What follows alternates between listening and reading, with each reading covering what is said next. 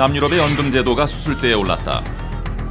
그리스를 비롯한 스페인, 이탈리아는 2013년 예산안을 발표하면서 연금을 삭감하거나 동결하고 지급 시기를 65세에서 67세, 68세로 연장했다. 복지 정책에 길들여진 국민들은 자살을 선택할 만큼 큰 충격에 빠진 상태다. 유러피언 드림을 자랑하던 남유럽이 국민들을 공포에 몰아넣으면서도 연금 개혁에 앞장선 이유는 무엇일까? Yeah, but in Europe, especially in Southern Europe, most of the problem is due to economic crisis. ギリシャやイタリアやスペインはですね、年金はたくさんもらうけれども、税金は低い、保険料も低かったんです。 국민연금 제도를 시작한 지 26년째인 우리나라도 역시 재정적 어려움을 안고 있다. 과연 연금의 재정적 어려움은 제도의 구조적 한계 때문인가? 이에 연금 제도의 문제점에 대해 살펴보고 제도 개혁의 필요성에 대해 살펴본다.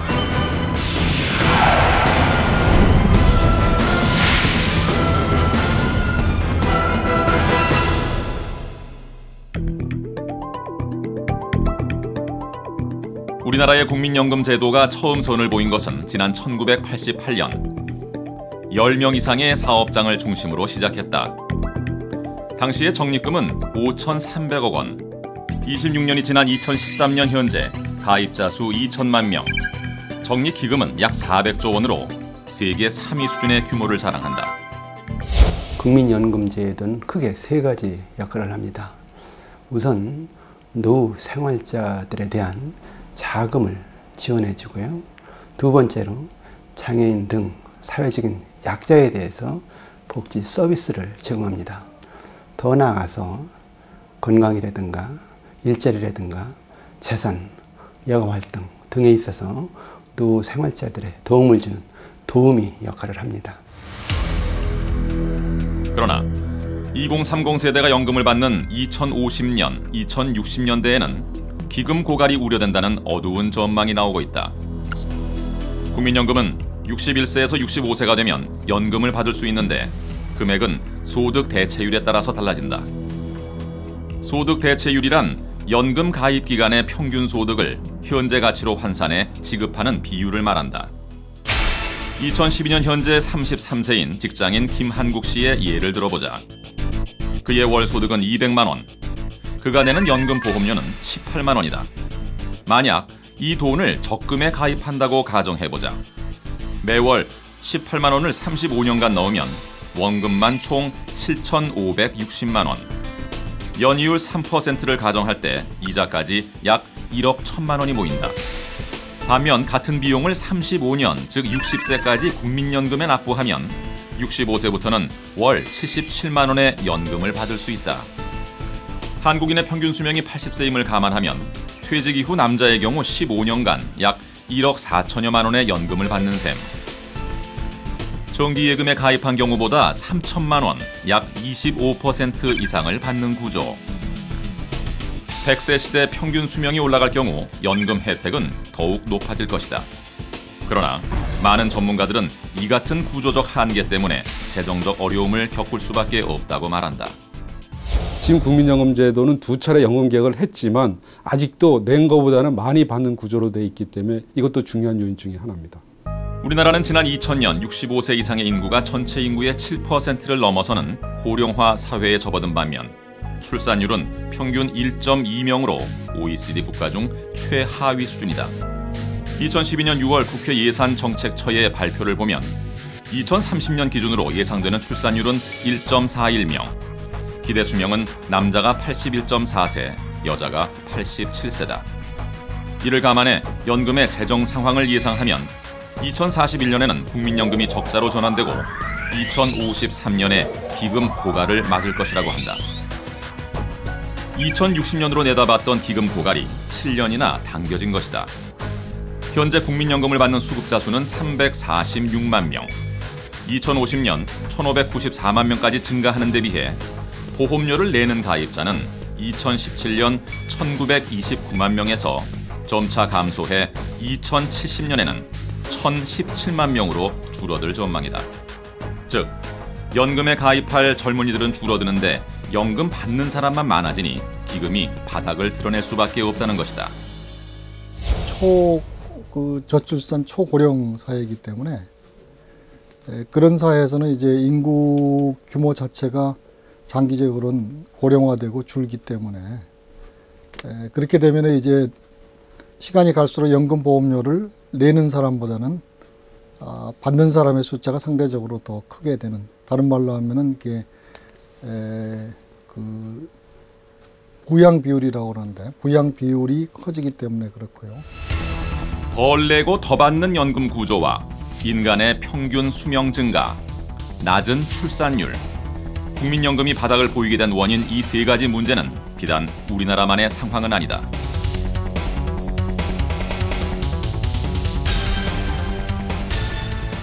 연금제도 100년의 역사를 가진 유럽에서도 최근까지 풀고 있는 난제이기도 하다.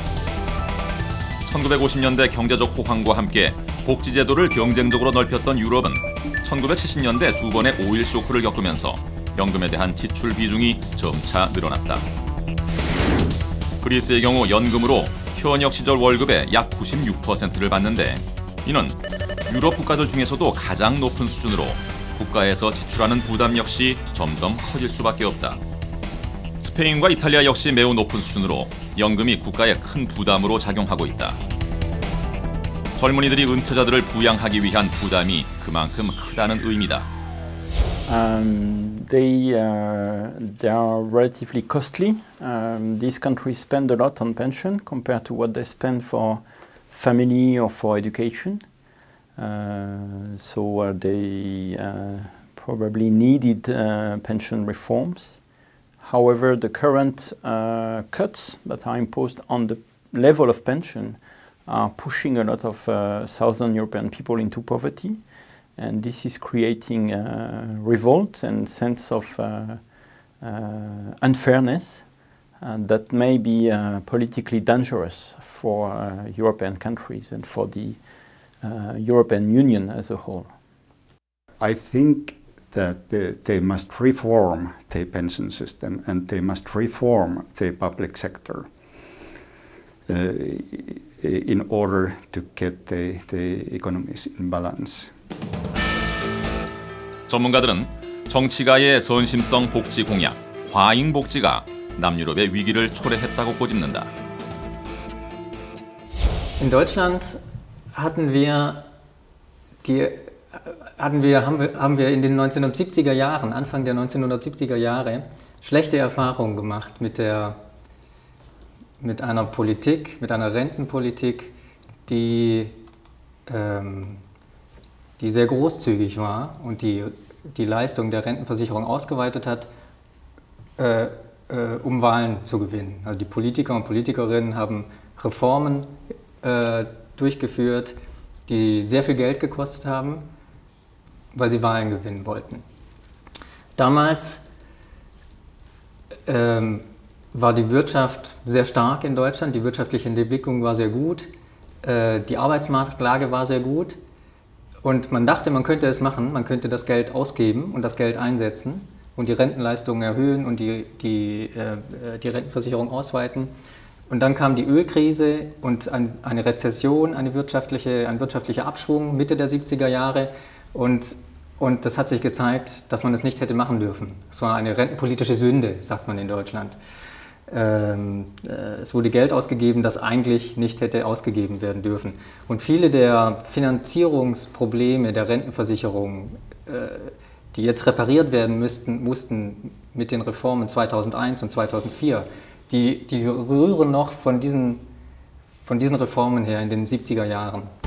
이런 가운데서도 1970, 80년대 고도의 성장기에 청춘을 보낸 남유럽 노년층들은 취업에서 은퇴, 그리고 현역 생활 자신의 소득 70% 이상을 연금으로 받는 비교적 안정된 삶을 살아오고 있다. 우리는 스페인의 한 퇴직자를 만나봤다.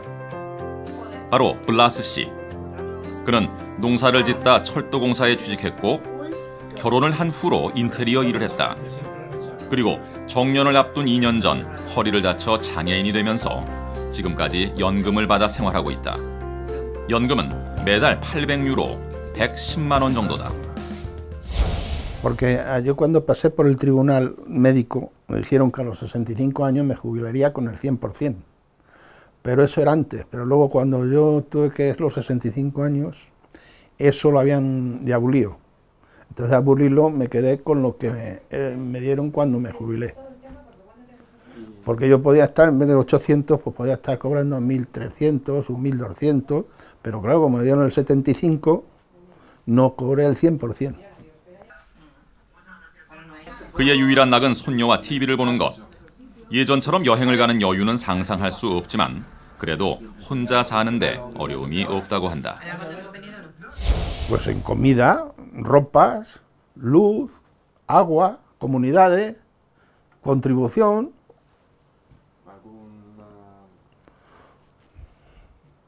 Otra cosa no, porque ya no me alcanza para irme por ahí de viaje y todo eso ya no hay.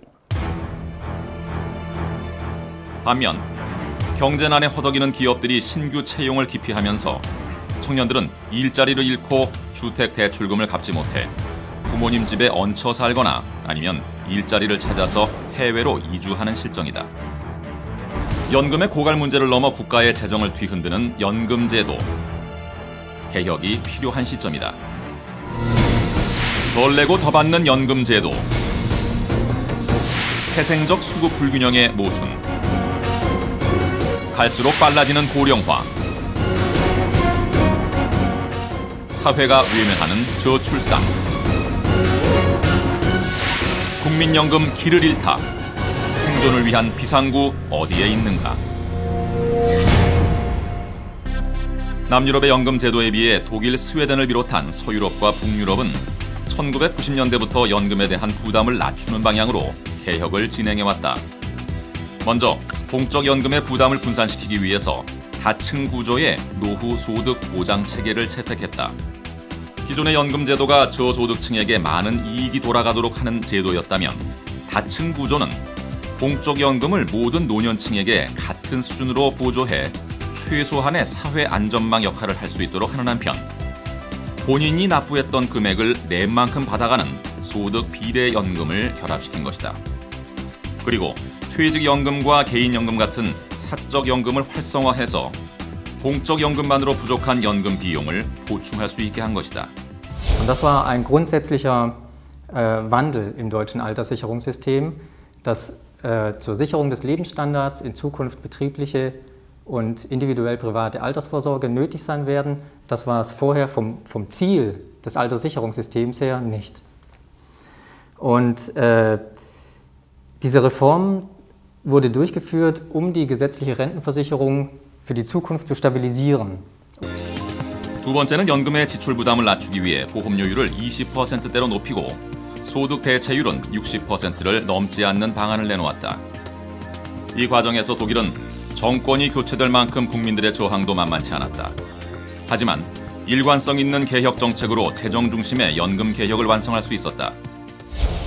Das ist auch genau ein Argument, dass so etwas immer noch stattfindet, weshalb man das Rentenalter in Deutschland oder anderswo nicht erhöhen sollte, weil dann diese Phase, die also bedeutet auch oft sehr prekäre Einkommensverhältnisse, Armut, dann zuletzt zu ganz niedrigen Alterseinkommen führt. 그리고 스웨덴은 연금의 재정이 안정적으로 유지되면서 연금 수급자들은 시니어 센터를 통해 운동이나 춤을 배우고 교우 관계를 맺는 등 편안한 노후 생활을 즐기고 있다. 88세 동갑인 스웨덴의 이 부부는 지난 1989년까지 방위산업청에서 일한 후 5년간 컨설턴트로 더 일을 했다. 그 후 지금까지 연금으로 생활하고 있다. Brutto ungefär 19 000 kronor i månaden har jag i pension.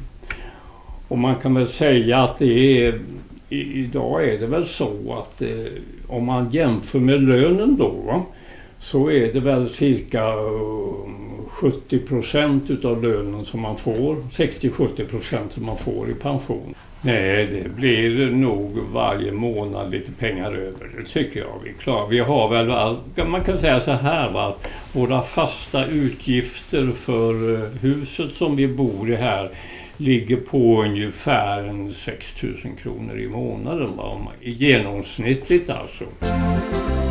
연금제도가 오래도록 뿌리내린 유럽이지만 개혁 방향에 따라서 국민들의 노후는 달라진다.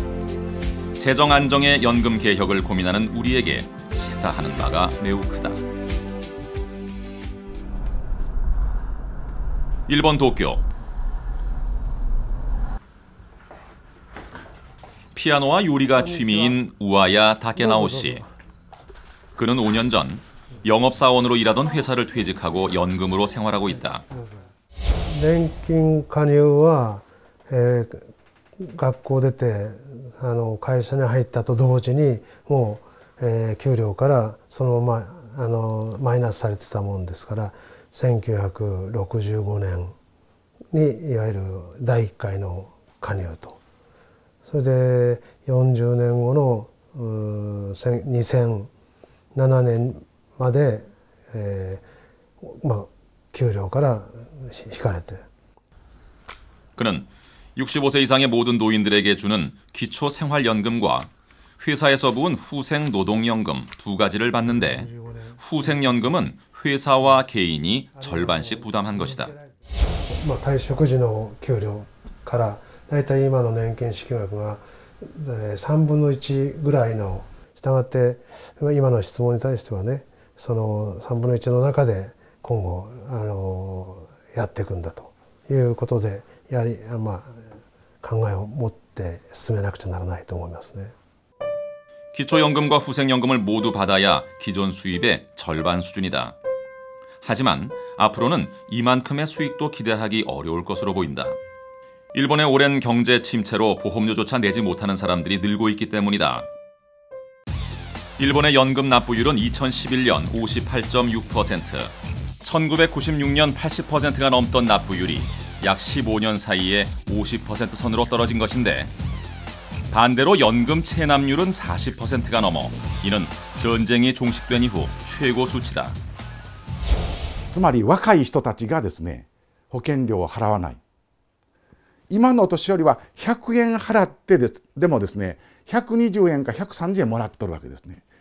こういうふうに人口構成のピラミッド型がガラガラ崩れるから、自分たちは今保険料を払ってもですね、将来もらえないかわからんという、そういう危機感があるんです。 특히 젊은 세대의 미납률이 높은데 이면에는 연금을 내도 받지 못할 것이라는 불신감이 깔려 있다. 실제 일본 경제사회종합연구소는 20대가 퇴직까지 약 3억 원의 보험료를 내고 2억 원의 연금액을 받는다는 자료를 발표했다. 어쩌면 연금을 내지 않는 젊은이가 더 현명한 것인지도 모른다.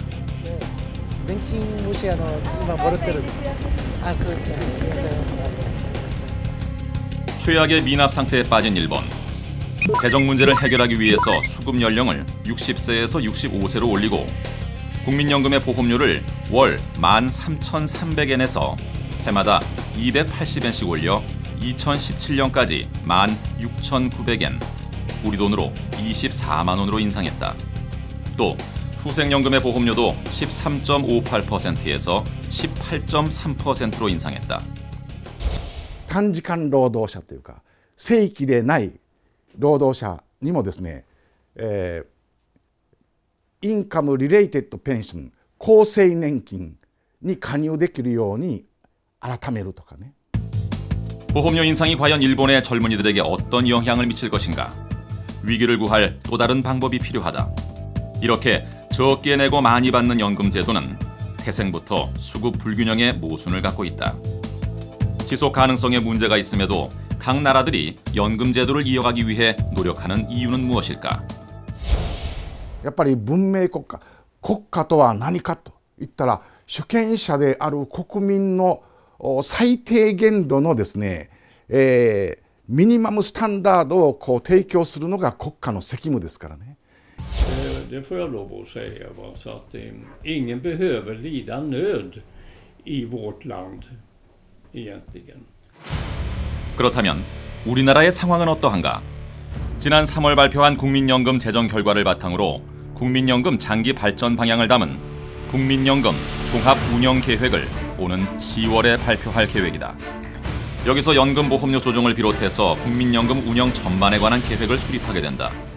그렇다면 기금 고갈의 문제, 지속 가능성의 문제를 풀 해법도 찾을 수 있을까? Seconda soluzione è che sicuramente di avere, come dicevo, due sistemi pensionistici, uno pubblico, uno privato, quindi non un sistema solo sui fondi pensione, perché questo ha sempre dei problemi e crea, ma averne due. Hier ist man also bemüht, diesen Übergangsprozess, diese Dauer zwischen Beendigung der tatsächlichen Beschäftigung und dem Rentenbezug wieder zu verkürzen, solche Zwischenphasen zu schließen.